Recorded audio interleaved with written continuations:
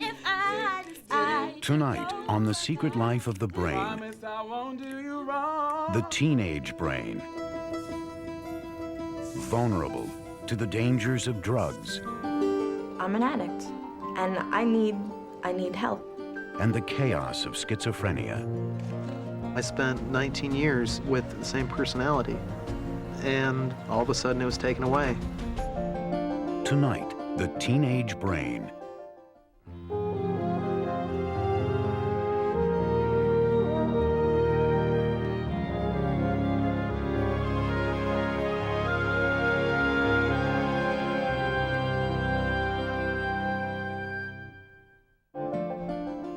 Major funding for The Secret Life of the Brain is provided by the National Science Foundation, America's investment in the future.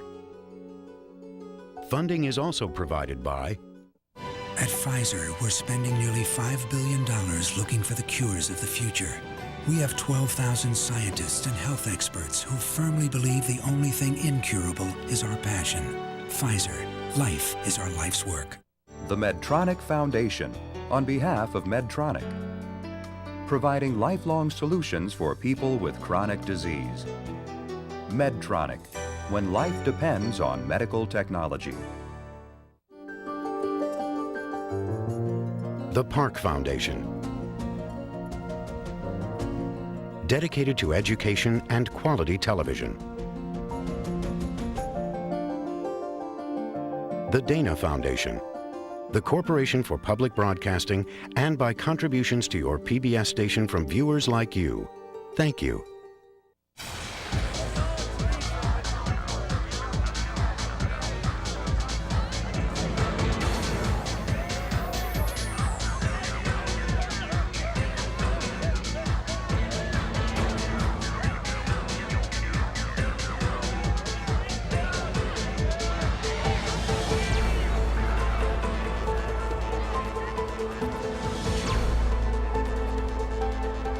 I felt a cleaving in my mind, as if my brain had split.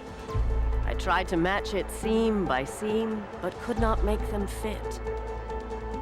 The thought behind I strove to join unto the thought before, but sequence raveled out of sound, like balls upon a floor.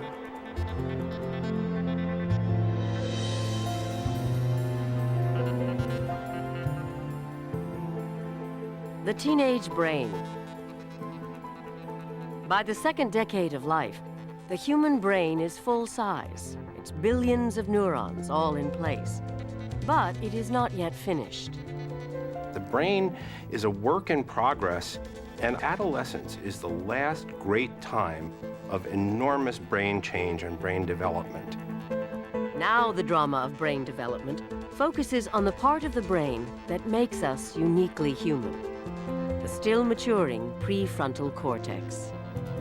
The prefrontal cortex is a part of the brain that allows us to make future plans, and that's involved in such highly abstract areas as personal responsibility, morality, and self-control.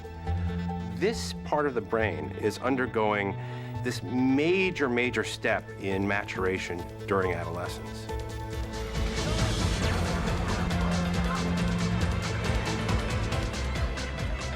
With the part of the brain responsible for reason, judgment, and self-discipline still developing, it is no wonder that the teenage years can be a time of turmoil and confusion.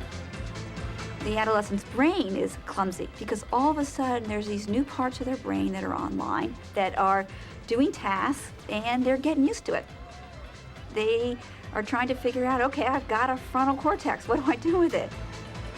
The developing teenage brain is in flux, shaping personality, behavior, even identity itself. As the brain matures, the teenager also faces special risks, from addictive drugs and alcohol that can hijack the brain to the chaos of schizophrenia that strikes most often during adolescence.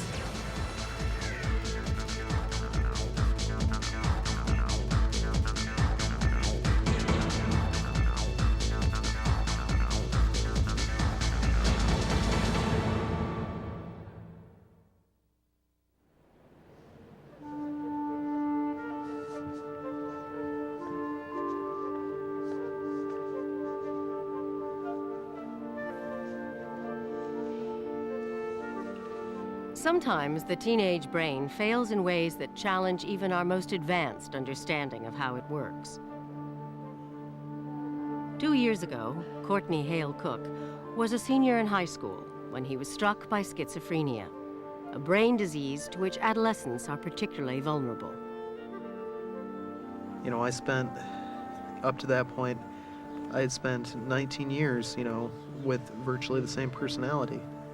And I was very accustomed to it, and I liked it. I liked being me, And all of a sudden it was taken away.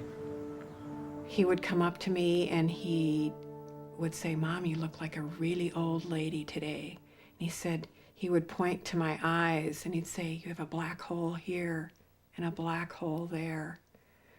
Or he would describe things as going into tunnel vision so that everything else is black except what was in that small tunnel at the end. When he would open his eyes in the morning, he would see gnats. He would see sparkles.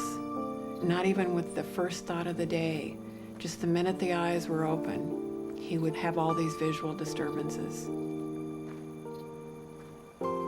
They're usually in the very center of my vision.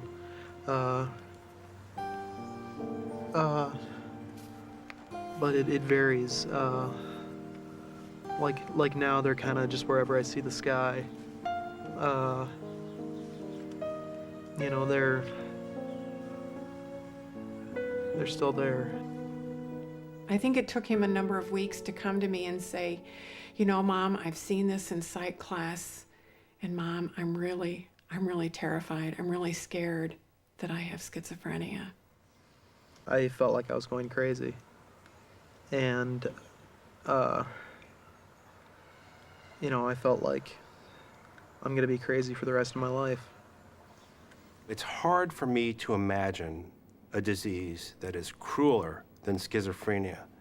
I mean, when does it begin? In late adolescence and early 20s, just when a family and society have their maximal investment in a young person, just when, they're about to graduate high school or college. And this child is lost in the most awful ways.